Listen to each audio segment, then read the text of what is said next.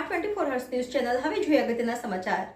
અંતિમ સંસ્કાર માટે પણ 3 કલાક પ્રતીક્ષા, છેવટે પતરા પર લાકડા મૂકીને કર્યા અંતિમ સંસ્કાર। અંતિમ સંસ્કાર માટે પણ 3 કલાક પ્રતીક્ષા, છેવટે પતરા પર લાકડા મૂકી કર્યા અંતિમ સંસ્કાર। વડોદરા શહેરમાં આવેલ ખાસવાડી સ્મશાન મોટામાં મોટું સ્મશાન છે।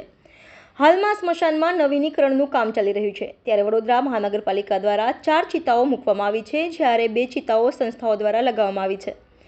આ ખાસવાડી સ્મશાનમાં અંતિમ ક્રિયા કરવા માટે આવતા લોકોને 3 કલાક સુધી વેઇટિંગમાં બેસી રહેવું પડતું હોય છે। સાથે સ્મશાનની અંદર પુષ્કળ પ્રમાણમાં ગંદકી ફેલાઈ છે, બીજી બાજુ ઝાડી ઝાખરા સુધી ઉગી નીકળ્યા છે। સાથે જે પણ નાગરિકો અંતિમ ક્રિયામાં આવતા હોય છે તેમના માટે બેસવાની કોઈ વ્યવસ્થા નથી। વડોદરા મહાનગરપાલિકા દ્વારા અન્ય સ્મશાનોમાં નાગરિકોને અંતિમ ક્રિયા કરવા માટે જણાવવામાં આવ્યું છે, પરંતુ અન્ય સ્મશાનોમાં પણ લાકડા, છાણા કે અન્ય કોઈ પણ પ્રકારની સુવિધા ન હોવાથી નાગરિકો આમ તેમ ફરીને ખાસવાડી સ્મશાનમાં આવતા હોય છે।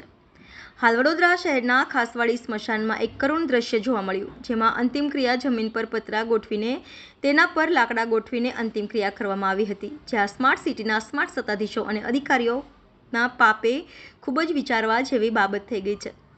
સાથે ખાસવાડી સ્મશાનમાં ગેસ ચિતાઓ હતી તે પણ બંધ કરી દેવામાં આવી છે। તે ગેસ ચિતાઓ પણ યોગ્ય રીતે ચાલુ કરે તેમ વડોદરા શહેરના સામાજિક કાર્યકર અતુલ ગામેચીએ જણાવ્યું હતું।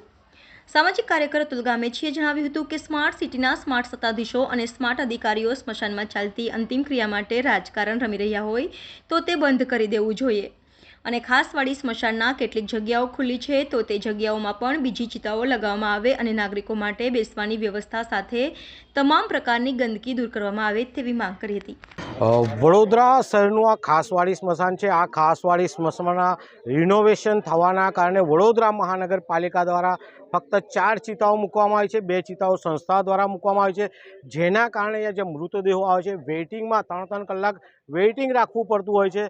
સાથે આ સ્મશાનમાં જોઈ શકો છો પુષ્કળ પ્રમાણમાં ગંદકી છે, લોકોને બેસવાની વ્યવસ્થા નથી, એટલે કે ખાસવાડી સ્મશાન જ્યાં મૃતદેહોને પણ અંતિમ ક્રિયા માટે 3 કલાક વેઇટિંગમાં રહેવું પડે છે। બીજી બાજુ જોવા જઈએ તો અન્ય સ્મશાનોની ફાળવણી કરી છે, અન્ય સ્મશાનોમાં પણ કોઈ પણ જાતની લાકડાની કે છાણાની કે કોઈ સુવિધા કરવામાં આવી નથી। તમામ નાગરિકો ખાસવાડી સ્મશાનમાં આવી રહ્યા છે। હાલમાં જોઈ શકો છો કે મૃતદેહોને જમીન પર પતરા નાખીને લાકડા લગાવીને અંતિમ ક્રિયા કરવામાં આવી રહી છે, એટલે કે સ્માર્ટ સિટીના સત્તાધીશો, સ્માર્ટ સિટીના અધિકારીઓ વડોદરા શહેરને સ્માર્ટનું બિરુદ આપવાની લહેરમાં ક્યાંક ને ક્યાંક અંતિમ ક્રિયા કરવા આવતા તમામ નાગરિકો સાથે અન્યાય કરી રહ્યા છે। અને હાલમાં જે જોઈ રહ્યા છો કે જમીન પર પતરા નાખીને અંતિમ ક્રિયા કરવામાં આવી છે। આ વડોદરા મહાનગરપાલિકાના સત્તાધીશો અને અધિકારીઓ માટે ખૂબ જ જાણવા જેવો વિષય છે, અને તેમણે આ ખાસવાડી સ્મશાનની અંદર તમામ સુવિધાઓ કરે તેવી અમારી માંગ છે।